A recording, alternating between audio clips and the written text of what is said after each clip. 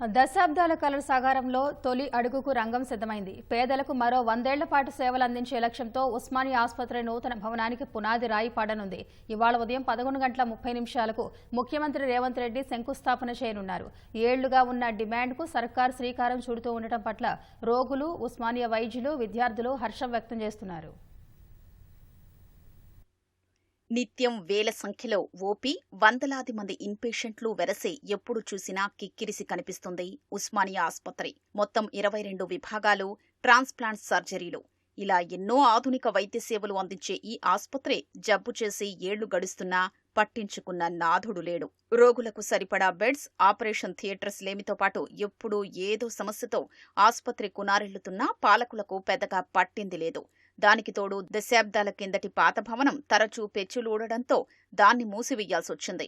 ప్రస్తుతం ఆసుపత్రి ఉన్న భవనంలో బెడ్స్ లేక ఇబ్బంది పడాల్సిన దుస్థితి. బీఆర్ఎస్ సర్కార్ కొత్త భవనం నిర్మిస్తామని చెప్పినప్పటికీ కోర్టు కేసుల నేపథ్యంలో అది ముందుకు సాగలేదు. ఎట్టకేలకు రేవంత్ రెడ్డి సర్కార్ ఉస్మానియా భవన నిర్మాణానికి నడుం బిగించింది.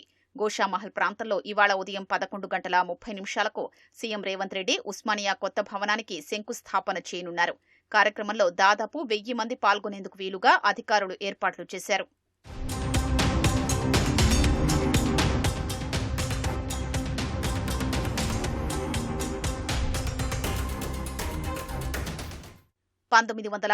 లో చివరి నిజాం మీర్ ఉస్మాన్ అలీఖాన్ ఉస్మానియా ఆసుపత్రిని కట్టించారు. మొత్తం 22 విభాగాల్లో ఇక్కడ వైద్య సేవలు అందిస్తుండగా 1096 పడకలు అందుబాటులో ఉన్నాయి. Blood bank, skin bank, diabetic foot care clinic, transgender క్లినిక్తో పాటు కారణ గాయాలు అయిన వారికి మెరుగైన చికిత్స అందించడంలో ఉస్మానియా పెట్టింది పేరు.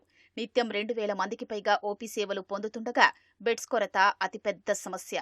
ఈ నేపథ్యంలో కొత్త భవనాన్ని స్టేట్ ఆఫ్ ద ఆర్ట్ కేంద్రంగా తీర్చిదిద్దారని సర్కార్ భావిస్తోంది. గోషామహల్లో దాదాపు 3 ఎకరాల్లో 14 అంతస్తులతో కొత్త భవంతిని నిర్మించ తలపెట్టింది సర్కార్. 2075 కోట్లతో కట్టబోయే కొత్త భవంతిలో 2000 పడకలు అందుబాటులోకి రానున్నాయి.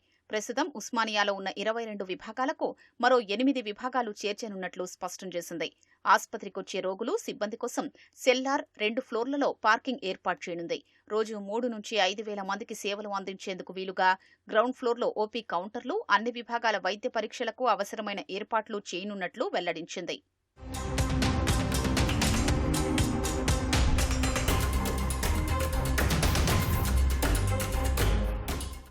ఆసుపత్రి గదుల్లో గాలి, వెలుతురు ధారాళంగా వచ్చేలా నిర్మాణం చేపట్టనున్నారు. ప్రతి విభాగానికి ఆపరేషన్ థియేటర్లు, పోస్ట్ ఆపరేటివ్ యూనిట్లు అందుబాటులోకి తేనుంది. అవయవ మార్పిడి కోసం అత్యాధునిక థియేటర్లు సిద్ధం చేయనున్నట్లు పేర్కొంది. 2026-27 నాటికి ఉస్మానియా నూతన భవన నిర్మాణం పూర్తి చేయాలని భావిస్తున్న సర్కార్ వచ్చే 100 ఏళ్ల కాలానికి సేవలు అందించేందుకు వీలుగా ఆధునిక హంగుల్ని నిర్మించనున్నట్లు వెల్లడిస్తోంది. విశాలమైన రోడ్ కనెక్టివిటీ, ఎయిర్ అంబులెన్స్ల సేవల కోసం హెలిపాడ్స్, అంతర్జాతీయ కాన్ఫరెన్స్ల నిర్వహణ కోసం సెమినార్ హాల్ని ఏర్పాటు చేయనున్నట్లు తెలిపింది.